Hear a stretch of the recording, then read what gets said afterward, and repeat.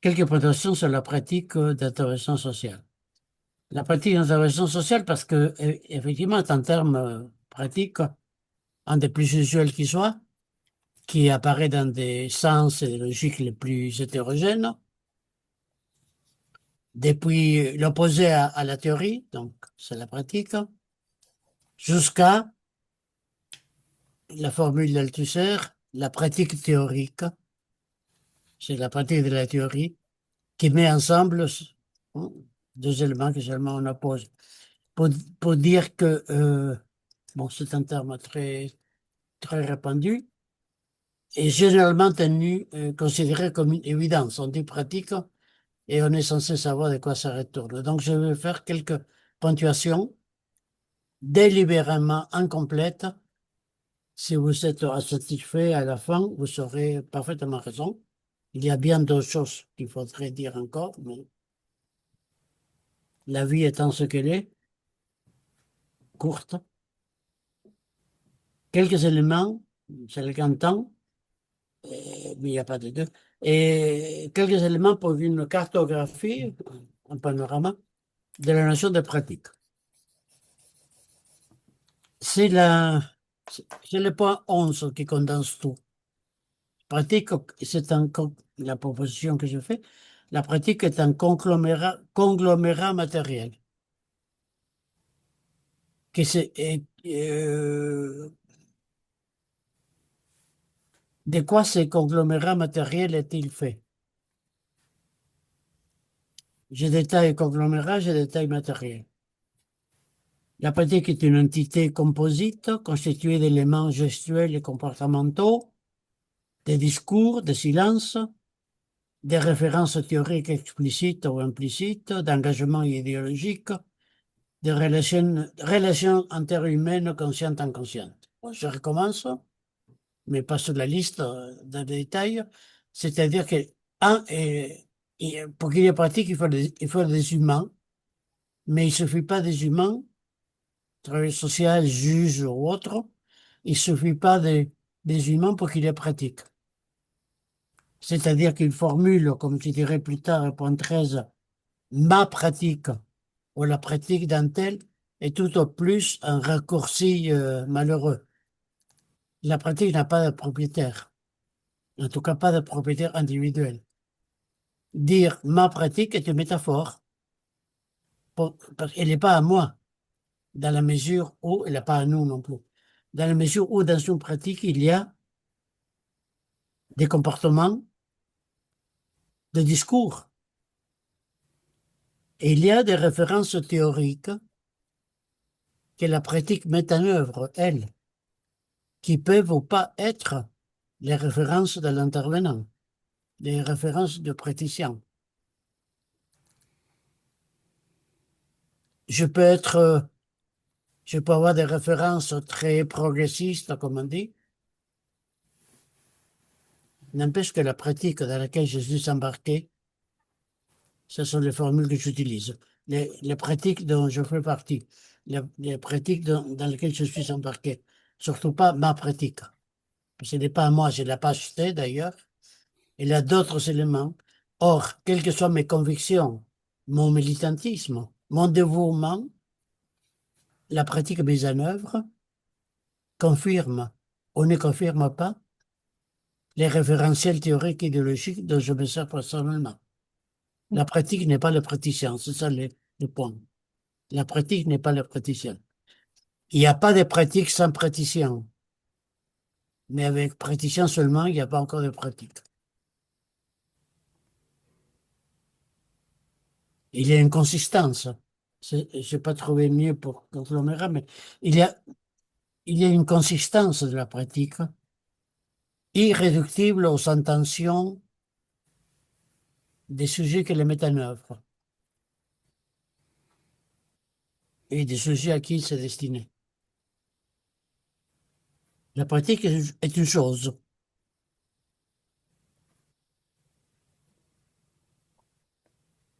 Elle comporte des référentiels théoriques, elle comporte des engagements idéologiques. Je peux dire mon amour effréné pour tel ou tel penseur ou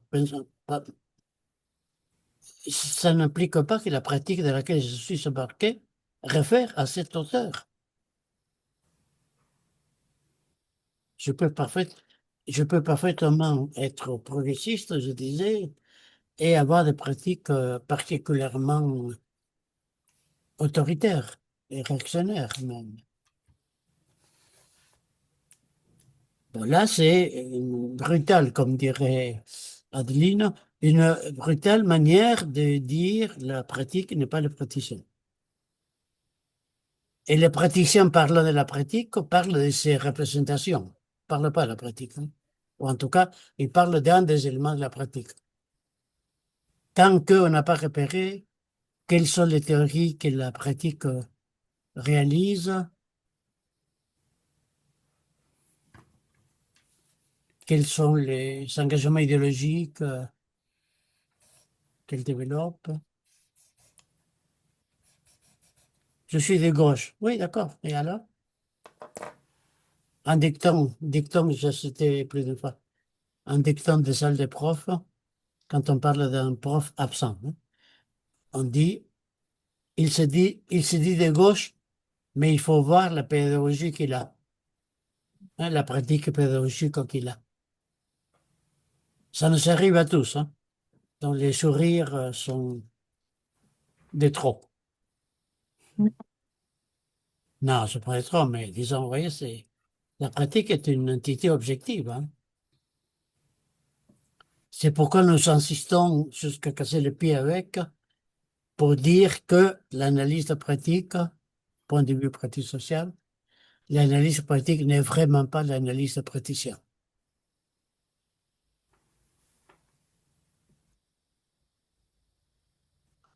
Pour nous éviter des débats inutiles. Il n'y a pas de pratique sans praticien, ça va de soi. Pour le moment, en tout cas, on ne peut pas la remplacer encore. Il n'y a pas de pratique sans praticien, mais avec le praticien seul, non,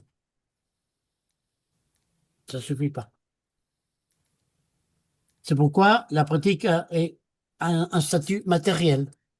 Matériel, c'est-à-dire, bon, c'est au sens de Marx, hein, matériel, c'est-à-dire la pratique a une existence et un fonctionnement objectif, irréductible aux intentions des sujets humains qui la conduisent ou qui en sont destinataires, est idéologiquement connotée, peut faire l'objet d'analyses à visée scientifique. Voilà. J'ai illustré tout à l'heure en discutant avec Adeline, hein.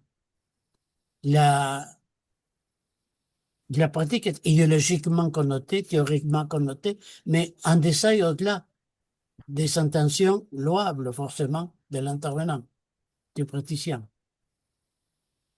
Et une analyse à visée scientifique de la pratique est possible parce que la pratique n'est pas mon état d'âme. La pratique n'est pas ce que je pense. La pratique est, dirait Émile Durkheim, la pratique est une chose. Est une Mm. chose. On peut la traiter, il y a des ineffables. On peut la traiter comme on traite une table qu'on veut déplacer. Il y a une matérialité de la pratique. Voilà,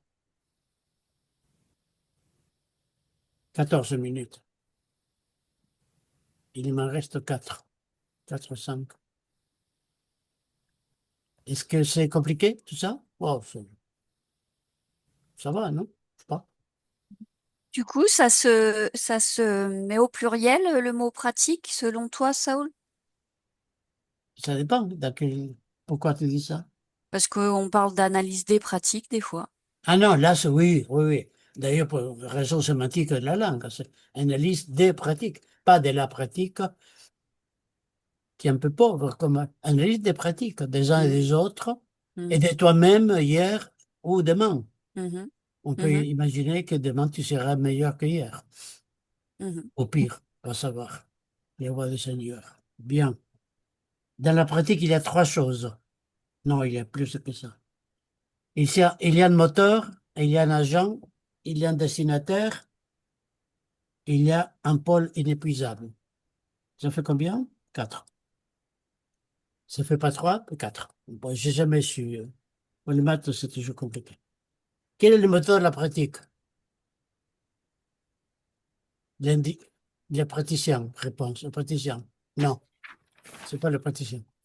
Le praticien, c'est l'agent de la pratique. L'agent de la pratique. Mais cet agent est agi, c'est-à-dire d'où tire-t-il sa manière de faire? Pourquoi privilège-t-il ceci ou cela? Soit il les tire du fin fond de son cœur, c'est une opinion cardiaque, soit plutôt de sa formation, des livres qu'il a lus, de ses études, de ses débats, etc. Quand on dit il est un agent humain, et certes, mais bon, du calme, hein. Agent humain, il faut le former, l'humain. Il faut l'accréditer, être sûr qu'il a compris ceci ou cela. Humain, bon, on connaît déjà mes jouets. Et humain, ça veut tout dire, c'est-à-dire strictement rien. Donc, si on peut l'éviter, c'est mieux. C'est un gros mot. C'est, disons, c'est l'agent agi par des référentiels théoriques, positionnement idéologique, état d'âme, angoisse, joie, etc. Les moteurs sont les conceptions théoriques et les référentiels idéologiques. Une jolie définition de Gaston Bachelard. La pratique, c'est la théorie en acte. Mhm. Très belle, hein. C'est Bourdieu qui répète ça souvent dans son bouquin Le métier de sociologue. Donc, prévu en 3 volumes, il a sorti seul uniquement le premier, très, très intéressant. Et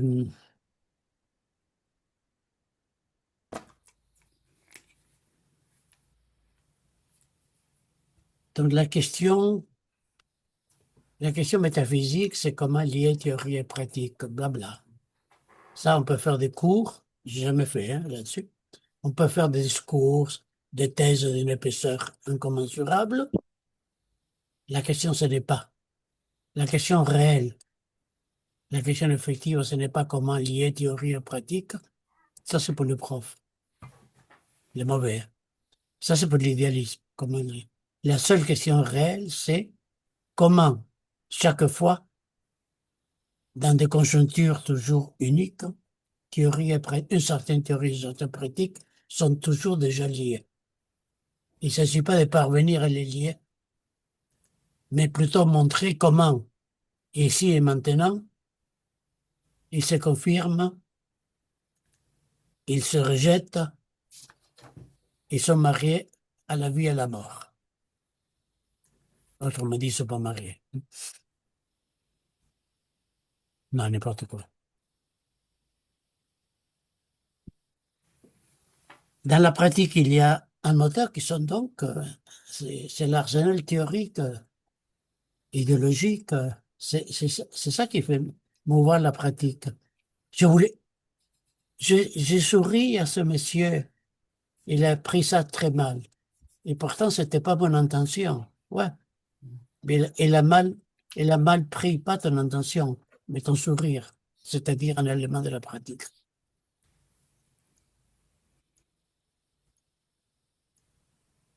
Dans une pratique, il y a des dessinateurs, hein, on ne peut pas faire ça en famille. Et il y a un dessinateur lequel est toujours actif. Ça fait partie des catégories typiquement pratique sociale. Le destinataire est toujours actif. Et l'indifférence étant une modalité d'action, hein. Cause toujours, m'en fous de ce que tu racontes, c'est très actif, hein. Regarder ailleurs quand elle parle, c'est une activité prenante. Et dans la pratique, enfin, il y a un pôle inépuisable, le réel, c'est-à-dire la situation. un peu inépuisable, c'est-à-dire on peut aller assez loin dans l'analyse, introduire des modifications qui l'épurent, qui la perfectionnent, mais le réel est par définition insaisissable. Mm. À propos du réel, il faut dire, de la plus géniale des analyses, on peut dire, peut mieux faire. La meilleure des analyses peut encore mieux faire. Tout ça pour inspirer une saine méfiance à l'égard des diagnostics. Ce monsieur est alcoolique. Dès qu'il a le verbe être, les doutes sont permis. Mm. Il est alcoolique, il est, tout au plus, on peut dire, il est aussi alcoolique, mais il n'est jamais qu'alcoolique. Il arrive souvent à notre réseaux sociaux de tomber fasciné par les diagnostics qu'ils prennent à la lettre,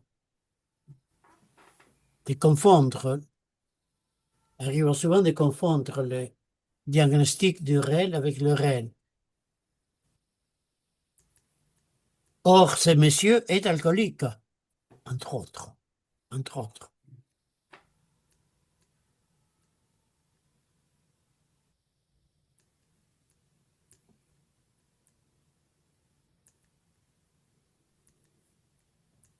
Quand on parle de la pratique, d'une pratique donnée, il est très incomplet de dire que les effets que ça produit sur les destinataires. Les psys ont l'habitude, très mauvaise, mais j'ai trouvé très peu qui font pas ça. Ah, et des réseaux sociaux ont copié ça aussi, on peut copier autre chose quand même. À savoir, quand on décrit une pratique, on met l'accent presque uniquement sur les effets que ça produit chez le destinataire. Comme aussi l'intervenant en travailleur social ou psy était un touriste. Comme s'il n'était pas touché, peu ou prou, par ce qui arrive. À minima fatigué, emmerdé, heureux. À minima, hein. Donc, quand on fait la description, quand on présente une situation, vous voyez, messieurs, dames, quand on présente une situation à la sauce pratique sociale, il ne faut pas seulement tâcher de montrer les effets que ça produit chez les destinataires, mais aussi qu'est-ce que ça me fait. Les psys ont une manière de raconter les situations comme si c'était absent, eux. Les sujets, oui, mais ça m'a fait beaucoup rigoler quand je me disputais encore avec les psys. Je ne dispute plus. Il faut parler quand c'est la peine. Les sujets, c'est sûr, c'est là. C'est là. Oui, certes, mais bien sûr. Mais l'intervenant aussi, hein. L'intervenant aussi.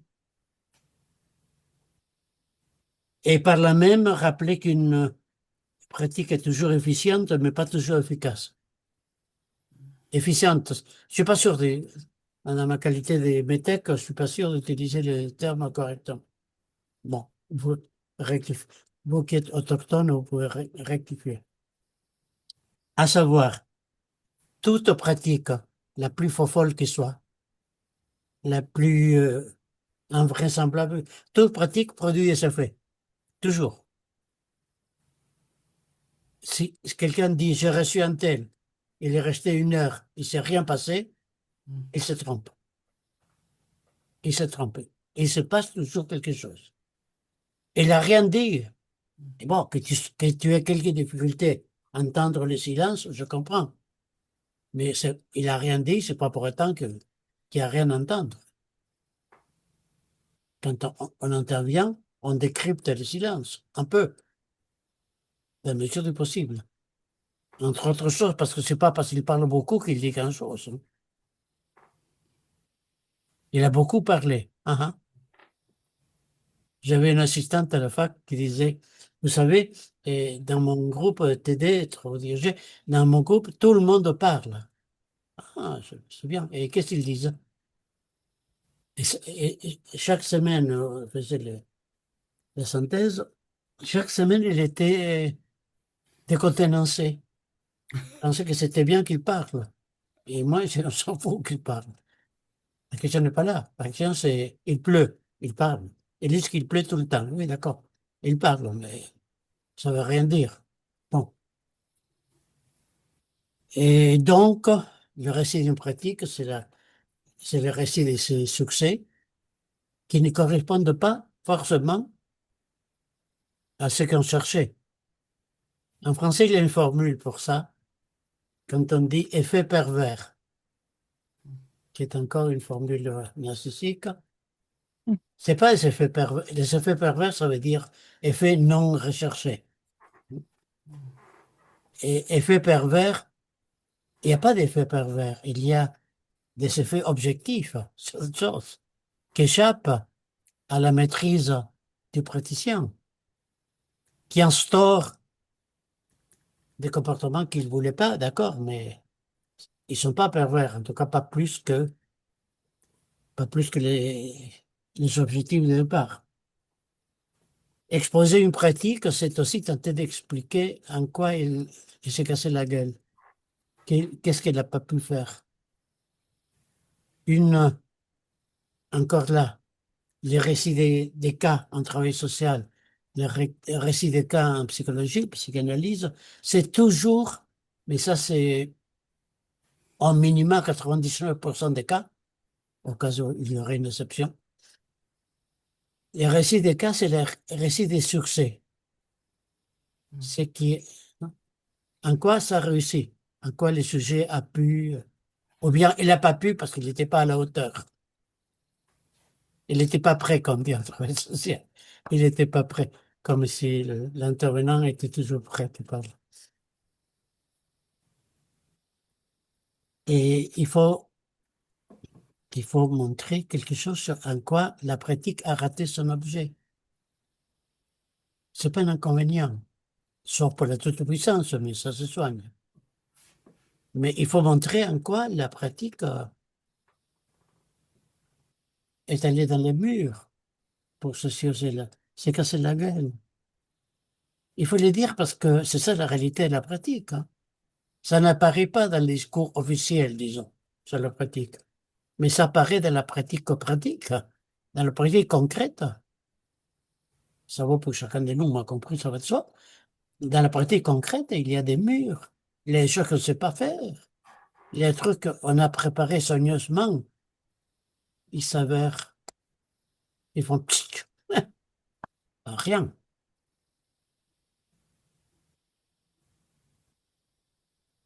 Dernier point, qu'est-ce qu'on peut faire avec la pratique? Soit, on peut, elle peut faire l'objet d'analyse. Hein. Bon. Mais analyse étant en français et dans d'autres langues en termes particulièrement navigateurs, euh, il arrive souvent qu'on confonde analyse avec commentaire, analyse avec point de vue. Je les ressens comme ça. Ouais, peut mieux faire. De quoi il s'agit d'analyse sympathique? De parvenir à une position de maîtrise, c'est-à-dire, je ne comprenais pas bien ce qui s'est passé. Grâce aux éléments d'analyse abordés en cette réunion, mais dit quelqu'un, hein, je cite, grâce aux éléments, maintenant, j'ai tout compris. Sur quoi, je dis toujours, bon, on va recommencer alors. On va recommencer. De la pratique, on peut avoir une connaissance progressive, c'est déjà énorme. Connaissance, c'est pas une opinion, pas un commentaire. Il s'agit de savoir ce qu'il en est. Une connaissance progressive est toujours perfectible.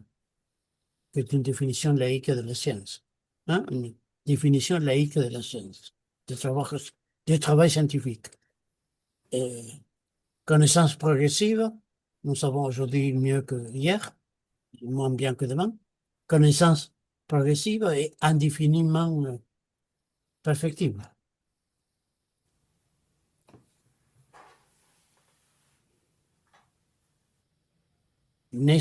Quelqu'un dit, ne vous affecte pas, je maîtrise. C'est là qu'il faut s'inquiéter. Hein. Parce qu'il maîtrise ce qu'il maîtrise, mais pas le reste. Mm. Et le problème insoluble avec le réel, c'est que celui-ci se rebuffe toujours. Mm.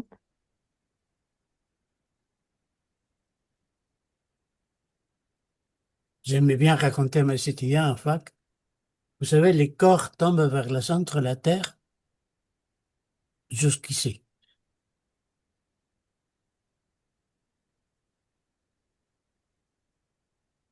Jusqu'ici.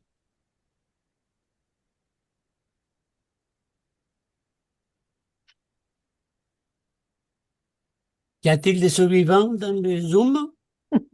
Je trouve que la situation que nous a brossée très rapidement Nejmédine elle illustre assez Ah, bien génial, cette une sorte de situation. connaissance progressive de la situation Mais et qui oui. va encore s'améliorer parce que Ou la empirer, hein. maman va évoluer, on va changer, voilà, il va y avoir plein de choses qui vont se passer. Là, pour l'instant, enfin, je trouve que c'est intéressant. Oui, ça Oui. illustre bien ça. Ça, ça dépend où est-ce que vous en êtes psychiquement. Ça peut Mm. être, et éthiquement aussi, ça peut être désespérant ou encourageant. Le travail scientifique ne s'arrête pas. Mm. Mm.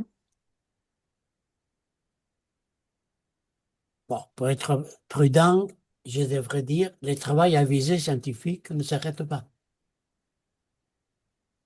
On peut fermer des institutions, interdire telle ou telle théorie. La connaissance, ça ne s'arrête pas. Mais on peut tendre à une certaine objectivité, Non, non, à une objectivité certaine. à même à une Non, non, non, objectivité pas certaine. certaine. Oui. Non, non, certaine. Mm. Évidemment. Avec les données disponibles, Mm. avec l'état de la connaissance, les corps tombent vers le centre de la Terre. Vous êtes d'accord, tant mieux, vous n'êtes pas d'accord, on s'en fout. C'est comme ça. Mm. Mm. Bon, il paraît que sur la planète Mars, c'est pas le cas. Oui, Madame Herrera, dites. Je voudrais revenir sur la question du diagnostic, Oui, mais pas le diagnostic en tant que parole sur d'elle-même, etc. Le diagnostic plutôt pris comme, entendu comme une prise de risque, si tu veux. c'est Parce une que des dans, dimensions. Une voilà, hypothèse. voilà, une hypothèse. Parce Oui, que oui, enfin, c'est ça un diagnostic. Un C'est une diagnostic, c'est hypothèse. l'hypothèse probable. Mm. Oui. Mm. il me semble que bon, dans les métiers de l'éducation, par exemple, je parle de ce que je connais, il me semble qu'un défaut de prise de risque, d'hypothèse, pour moi, ça a souvent été le signe d'une absence de travail. Si tu veux, Oui, quelqu'un oui. qui veut pas prendre le risque de dire ben, ce gamin ne sait pas, ne maîtrise pas l'écriture d'un paragraphe, par exemple, ou ne pas être capable d'évaluer ça, pour moi, c'est une défaillance. Tout à fait d'accord. Tout à D'accord. fait. Mais ça vaut aussi pour la médecine, hein. Alors ça, Si, je n'y si, si. risquerai pas, mais Ah, il y a plein. Oui, mais oui. Mm, Et un diagnostic, c'est une hypothèse raisonnable sur un réel. c'est ça. Une hypothèse raisonnable. Mm, Et ça inclut une dose toujours de risque. mm. Et, Évidemment, ça et serait décourageant pour le patient mm, que le médecin lui dise, ah, peut-être vous avez un cancer, à moins que ce soit un rhume. mm, Alors, mm, effectivement, mm, l'exemple est un peu exagéré, mais il n'y a pas de diagnostic. mm, C'est la mm. définition de diagnostic et la différence avec la révélation. Oui, Pas de diagnostic sans accumulation de connaissances. C'est pas une oui. opinion. Et c'est pas une opinion et ça engage une responsabilité. Parce Et que, par ailleurs, ça peut, un plan oui, parce qu'à partir du juridique et moment, éthique, oui, engager la responsabilité. Oui. oui, à partir du moment où tu as fait une hypothèse, tu es obligé de passer à une mise en œuvre, si tu veux, de Non, non, moyens non, non, pour... non. Tu peux envoyer, non, tu peux envoyer tes fantasmes. Et la question de la pratique était, bon, ça pose tout un tas d'autres questions. Et c'est la question du diagnostic aussi, effectivement. Mm. Objectif, pardon, objectif, définitif, jusqu'à preuve objective du contraire. Mm. Oui, oui, Quelle preuve va un de ces quatre tomber? oui. Mm. J'aime citer et Newton. Bon, c'est un des rares exemples que je connais, en fait. C'est pas que j'aime citer, c'est que j'ai du mal, j'ai devrais recycler mes exemples. Newton qui a donc inventé, découvert la loi de la pesanteur universelle, qu'il dit. Mm. Et dalle, Mais c'est pas n'est pas universel. universelle. Il s'est trompé. Mm. Mm. L'erreur fait partie du diagnostic. Phrase, et après je me calme parce que phrase des salles des chirurgiens. À l'époque, à l'hôpital Mondor, je faisais travailler avec des équipes des Toubib, du groupe de parole. L'intervention chirurgicale. L'intervention fut un succès. Malheureusement, le patient est mort. Mm. Mm. Ça parle de l'objectivité,